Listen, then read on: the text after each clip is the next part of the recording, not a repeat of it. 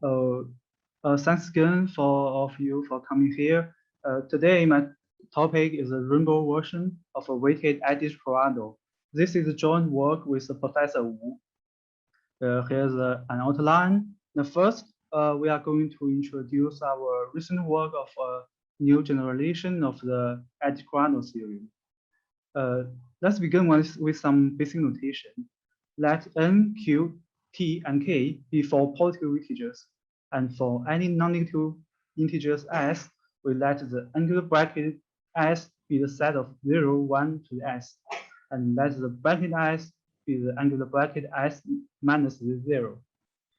What we concern is a subset A of the angular bracket q to the n, which can be viewed as a function from the bracket A to the angular bracket Q, and also can be represented as a length n sequences over the alphabet 0, 1 to the Q.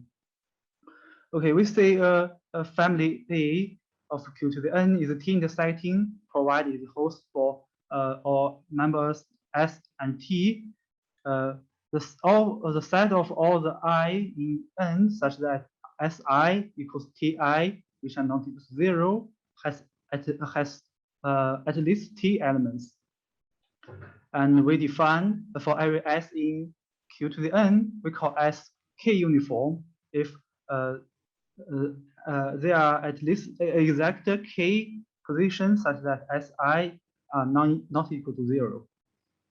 And also a subset A is called K uniform is if all of its member is K uniform. Here is a one intersecting example. And next we give another viewpoint of our families, the rainbow subsets. A Q uniform n-colored set S is a sequences of disjoint non-empty size S1 to Sn with the size of each Si equals to Q. And each side Si, you can view it as a type of color. Set X is a rainbow subset of S.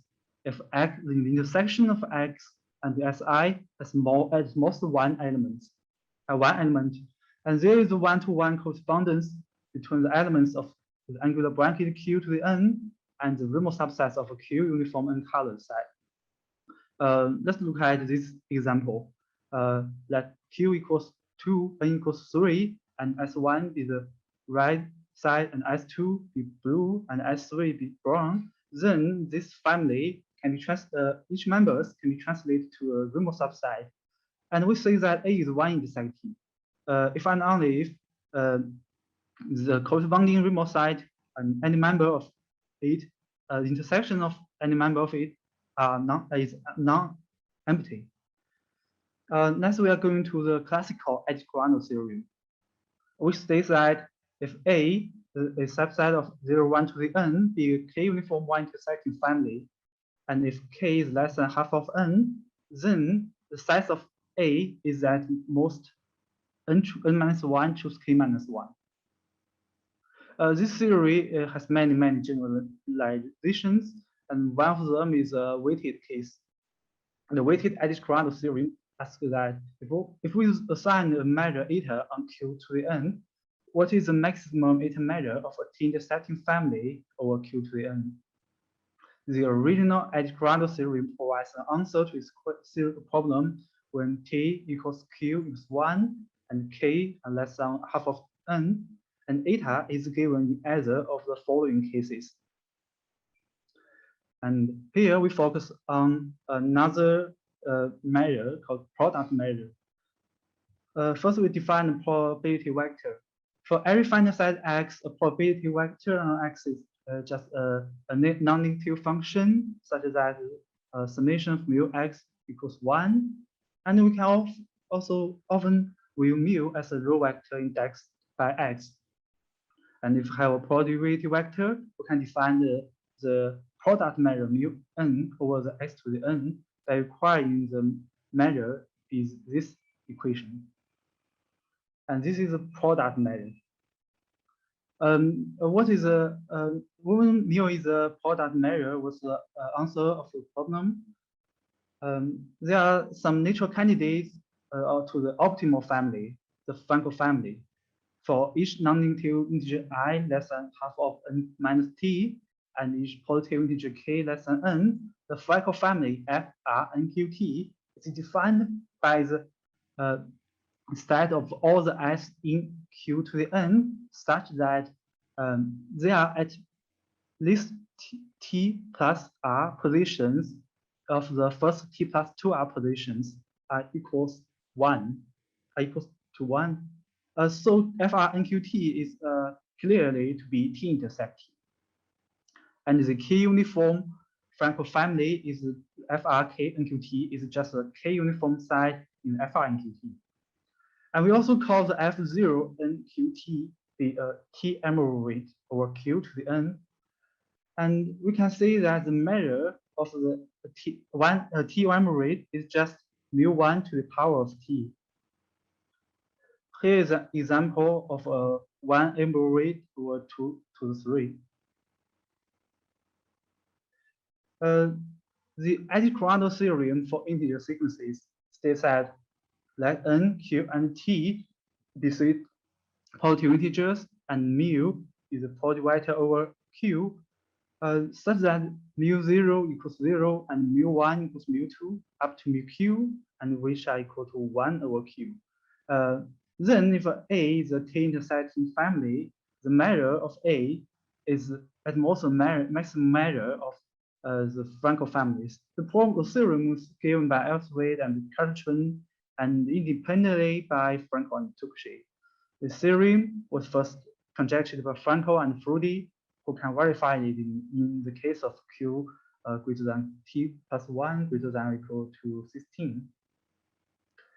And here is another weighted complete intersecting theorem. Here the Q equal to 1 equals 1, and let n t be two positive integers, q mu be the probability vector over 0, 1, then the measure of a t-intersecting family over 0, 1 to the n are also can be bounded by maximum measure of Frankel families.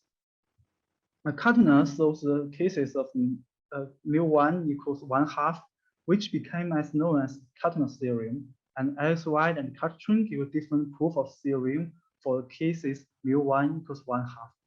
Their technique indeed applies to the more general cases of mu1 greater than 1/2. The methods of Daniel Safar and Elsewit Cartron verify the weighted complete intersecting theorem for all possible vector mu with mu1 less than 1/2. And Friedwood used eigenvalue method to derive the following results. Also, it's a corollary of the weighted complete intersecting theorem, and he also demonstrated the stability of the extreme of structure. Here, we give a rainbow version of weighted complete intersecting theorem, which states that NQT is three positive integers, and there's a probability vector under bracket Q, such that the mu1 is also the maximum of mu I over all the I in the bracket Q. And let A be a t-intersecting family, then the measure of A is also bounded by this measure of Frankel family. This generates both a weighted complete intersecting theorem and the EKR theorem for integer sequences. And observe that these qualities, so under the assumption of the mu1 is maximum mu I and which are less than 1 over t plus 1, this implies at that time the maximum of Frankel family is just a mu1 to the power of t, which is just a measure of the t emerald rate. Thus, we have the following stressing of the aforementioned result of Friedwood. Our next section, we develop some tools and introduce a proof of our theorem. First, pushing for every I and bracket Q, J in bracket N, and every S in Q to the N, we can define pushing Ti1JS be the elements S prime, and such that if Sj equals I, then S prime J will be then it will be changed to 1, and if not, it will remain unmoved. And the other position other than the J also remain unmoved. So next we define pushing of the family. For every family, if for example A, that's a Ti1j, A is a family obtained by A by substituting all those S certifies in the pushing is not in A, is pushing. Here is an example. This is the family A, and this is T211A. We can say that the first position 2 to 0 be replaced by 1 to 0, but 0 to 2 remain unmoved because 1 to 2 is already here. It's clear that if A is t-intersecting, then the pushing also t-intersecting. And we define that if A is said to be canonical, if the pushing Ti1JA is equal to A for all I and J.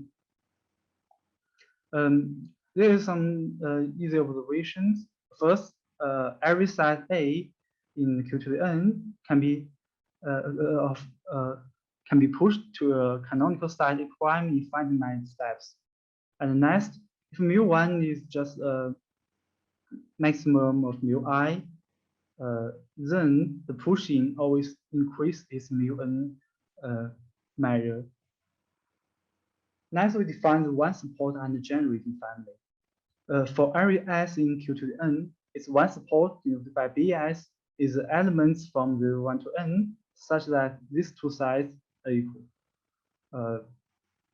Next, we define BA for every family A of Q to the N is a side of all the one support of its members, and call it the one support of A.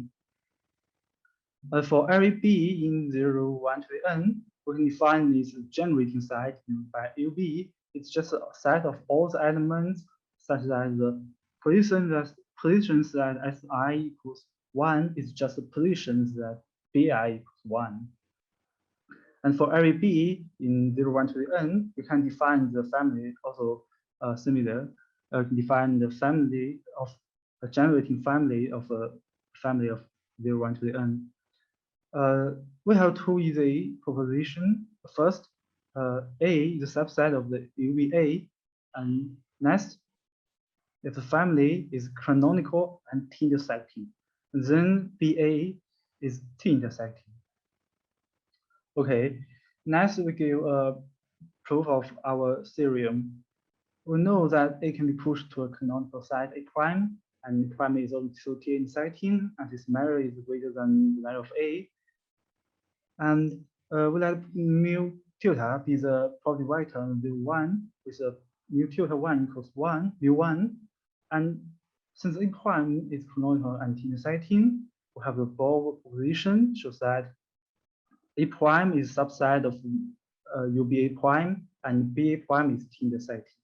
Then we have the measure of mu A prime is less than that of the measure of UVA prime, and which can be upper bounded using the weighted complied intersecting theorem. This is a proof.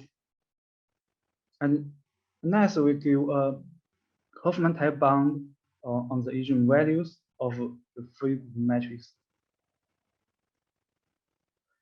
For every 0, 1 with our matrix M and a probability vector eta and V, a free matrix with respect to M eta is the real matrix with our usual matrix P satisfied in following conditions. First, the domination is that if PUV equals 0 whenever MUV equals 0. And next, eta is the left eigenvector of P. And third, eta UPUV equals eta VPVU, and this is sometimes called detailed balance. And here, when it's not necessary, the P is a non-negative matrix. Next, this is a lemma of a Hoffman type bond, and from the eigenvalue to intersecting family. What we want to say is that if we have a free good matrix and his eigenvalues are in intervals -1 to 1, and we can give an upper bound of mu n of A in the term of the minimal real eigenvalues of P, where A is a subset of V to the n satisfying this equation. And if we choose someone m, this equation is equivalent to say that A is Y intersecting. And in the Ko Rado type theorem in the remote size, we focus on the free matrix with respect to AQ mu. And AQ is a 0, 1 matrix whose IG entry is 0 if and only if I equals J, and in the Brankin Q. So that RQ be the graph of AQ. So it's just a complete graph plus a self loop. And this is R4 and A4, and the type of the free matrix with respect to A4 and some mu. There is one intersecting if only if this equation equals 0. This one equals 0. Next, we'll give a Hoffman bound on the minimal eigenvalues of a free matrix. Our theorem states that mu is probably greater on the angular bracket Q, with mu1 is greater than mu2 and up to mu and let P be a free matrix with respect to A, Q, and mu. If all the real eigenvalues of P have absolute value at most 1, then all the real eigenvalues of P are greater than or equal to minus mu1 over 1 minus mu. The idea of the proof is that if we let the lambda be the minimum eigenvalue of P, we have a Hoffman's type bond, which shows that if the real eigenvalues are in this interval, then the measure of one intersecting family can be upbounded by minus lambda or 1 minus lambda. And we have the one enumerate, its measure is just mu1. So we have mu1 less than or equal to minus lambda over 1 minus lambda. Or equivalently, we have lambda is greater than this one. The above lower bound of the minimum eigenvalue can be attended by the following free matrix, this one, and if and the additional assumption that mu this one. We have a question: if for an arbitrary coordinate mu1q, can the ternary lower bound also be obtained by some free matrix with respect to q mu? Maybe it don't look like this, but we want to know if there is another free matrix which can be obtained the lower bound of the minimum eigenvalue matrix. Okay, this matrix P mu ij is constructed by state splitting view of the reversible Markov chain. And this is a definition is so long, so we just look at an example. That is, we have a reversible Markov chain. We want to get the optimal flighting matrix, and we split the θ0 to the 0, 2, and then we split 0 to the 0, 3. So this is we apply the state splitting to get the optimal free matrix. And as we talk about the stability results. Here is a theorem of free good. First, what is the stability version? The stability version of AKR type theorem asserts that if the measure of intersecting family is close to the maximum measure, then the measure is nearly an extremal family. Here is free good family. we see that there exists a constant for which we can find B such that it is isomorphic to the team rate, and we can bound we can say that the A delta B, the value of eta B is very less, it's very small. Next, we mention the technique of frequent matrix. We'll just say that A is one intersecting, then this one equals 0. And when A is T intersecting, we can work over the polynomial ring because it encodes more combinatoric information. That is a technique of T intersecting. Here we give a conjecture which we want to generate frequency results to the rainbow size. Let NQT be 3 integers and mu is a product vector such that this, and if A is an intersecting family, and we will know that this with encoding host with encoding host is only if A is isomorphic to 0 NQT. And we conject that if also we can find a constant and give some stability results. Okay, I think I'm stopping here. Thank you. Okay, thank you very much for your talk. Any questions to the speaker?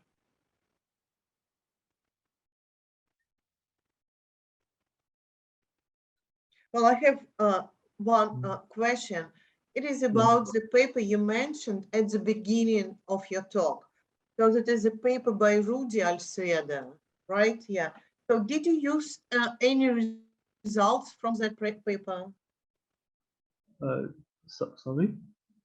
Well, at the beginning of your talk, you mentioned a paper by Rudi Algebraic. Yeah. Not this one, another one. This one? Right, yeah, this one, yeah. This one, yeah. Yes, this one. So did you use this in your proof? No. No. Yeah. Many use weighted compact intersecting theory, but we don't use this theorem. Okay. Okay, any other questions? Yeah.